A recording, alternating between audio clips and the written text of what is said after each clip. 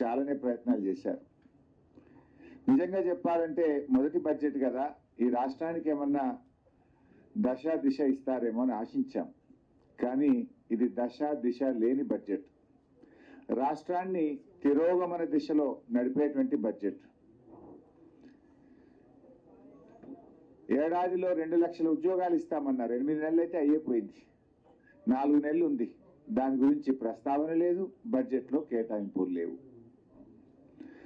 రాష్ట్రాన్ని అప్పుల కుప్పగా మార్చారని మరి మా మీద బుర్ర జల్లే ప్రయత్నం చేసినారు. మరి మీరేం చేశారు? బడ్జెట్లో చూస్తే 57,000 కోట్ల అప్పులు తెచ్చుకుంటామని గత ప్రభుత్వం తెచ్చిన దానికంటే దాదాపు 17,000 కోట్ల అప్పులు ఎక్కువ తెచ్చుకుంటామని ఈ ఆర్థిక సంవత్సరంలో ప్రతిపాదించారు. పోయినసారి నేను ఆర్థిక మంత్రిగా ప్రవేశపెట్టిన బడ్జెట్లో 40,000 కోట్లు ఎఫ్ఆర్బిఎం అప్పుల కింద నేను ప్రతిపాదిస్తే గౌరవనీయులు భట్టి గారు 57,000 కోట్లు ప్రతిపాదించాడు. అంటే ఇంకో 17,000 కోట్లు బడ్జెట్ బారోయింగ్స్ లో ఎక్కువ చూపించారు. ఇక ఈ బడ్జెట్ అనేటువంటిది ప్రజలకు ఇచ్చిన హామీలను, మీ మేనిఫెస్టోను ప్రతిబింబించే విధంగా ఉండాలి. కానీ దురదృష్టం ఏంటంటే కాంగ్రెస్ పార్టీ తన మేనిఫెస్టోను మర్చిపోయింది అనిపించింది. ఎందుకు ఈ మాట అంటున్నా నేను? ఇందాకన్నట్టు వారి 6 గ్యారంటీల్లో మొదటి హామీ, వారి మేనిఫెస్టోలో మొదటి హామీ మహిళలందరికీ 2,500 రూపాయలు ప్రతి నెల ఇస్తామన్నారు. ఇప్పటికే 8 నెలలు అయిపోయింది. బహుశా ఈ బడ్జెట్లోనైనా పెడతారేమో. మొదటి హామీ కదా. ఈ రాష్ట్రంలో ఉన్న మరి దాదాపు 1.5 అక్కా చెల్లెలు ఎదురు చూస్తూ ఉన్నారు. అందులో 18 ఏళ్ళు దాటిన వాళ్ళు పెట్టుకున్న 1 కోటి మంది ఉంటారు. 1 కోటి మంది అక్కా చెల్లెళ్లకు శుభవార్త చెప్తారేమో అని చూస్తే నిరాశ చూపారు. ఇవాళ 8 నెలలు అయింది. 8 నెలలు లెక్క తీసినా దాదాపు వీళ్ళు ఇప్పటికే 20,000 కోట్లకు పైగా బాకీ పడ్డారు పాతది. పోనీ ఈ బడ్జెట్లన్నా పెట్టి ఇక ముందుకన్నా ఇస్తారేమో అంటే మహాలక్ష్మి పథకం కింద మహిళలకు మహా నిరాశను ఈ రాష్ట్ర ప్రజలకు, మహిళలకు కాంగ్రెస్ ప్రభుత్వం నిరాశపరిచింది. ఇకపోతే ఆసరా పెన్షన్లు ఎంతో ఆశగా ఎదురు చూస్తున్నారు. రేవంత్ రెడ్డి గారు అయితే రెచ్చిపోయి ఉపన్యాసాలు ఇచ్చాడు. అవ్వా నీ పెన్షన్ ఎంత వస్తుంది? 2,000.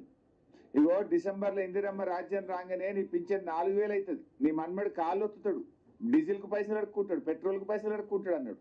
మరి అడవిని 4,000 డిసెంబర్లోనే ఇస్తాను నువ్వు.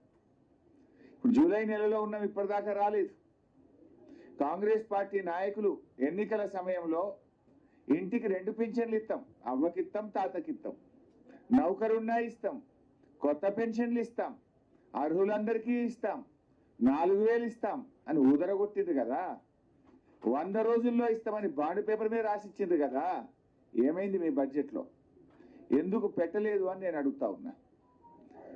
అంటే ఇవాళ పేదలకు మేము ప్రాధాన్యత ఇస్తాం, మాది పేదల ప్రభుత్వం అన్నారు కదా. మరి ఇంతకంటే పేదలు ఎవరు?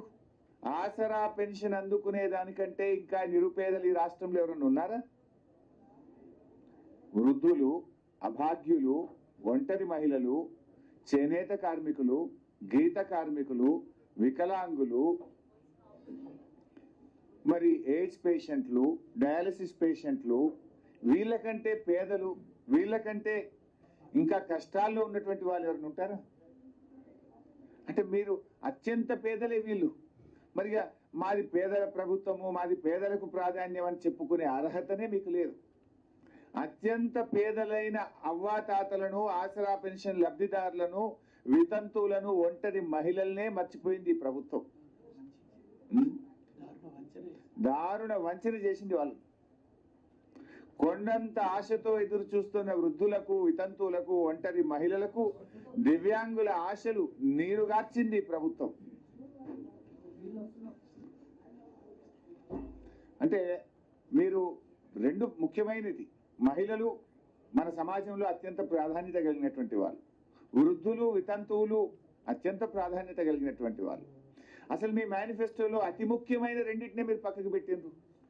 3వ ముఖ్యమైనటువంటి వాళ్ళు విద్యార్థులు, రేపటి పౌరులు, భవిష్యత్తు వాళ్ళది. ఆ విద్యార్థులకు 5 లక్షల విద్యా భరోసా కార్డు అని మీ మేనిఫెస్టోలో చెప్పారు, స్కూటీలు చెప్పారు. ఎస్సీ ఎస్టీలు 10వ తరగతిలో పాస్ అయితే ప్రతి విద్యార్థికి 10,000 రూపాయలు ఇస్తామన్నారు. ఏది దాని ప్రస్తావన? దళిత గిరిజన విద్యార్థులకు మోసం, మొత్తం విద్యార్థి లోకానికి మోసం. విద్యా భరోసా కార్డు ప్రస్తావనే లేదు. 100 రోజుల్లో 6 గ్యారెంటీల్లో చెప్పి ఇవాళ విద్యార్థులకు కూడా మీరు తీవ్రమైనటువంటి మోసం చేశారు. ప్రజాపాలన కింద 1,90,00,000 దరఖాస్తులు వచ్చినాయి. వెంటనే రేషన్ కార్డులు ఇస్తామని చెప్పిండ్రు. ఏది రేషన్ కార్డుల ప్రస్తావన ఏది? ఎప్పటి నుంచి ఇస్తారో చెప్పలేదు. మరో ముఖ్యమైనటువంటి వాళ్ళు నిరుద్యోగులు. 4,000 భృతి ఇస్తామన్నారు, 2 లక్షల ఉద్యోగాలు అన్నారు, జాబ్ క్యాలెండర్ అన్నారు. ఇవాళ బడ్జెట్లో చూస్తే జాబ్ క్యాలెండర్ ప్రస్తావన లేదు. నిరుద్యోగ భృతి 4,000 గురించి అసలే చెప్పలేదు.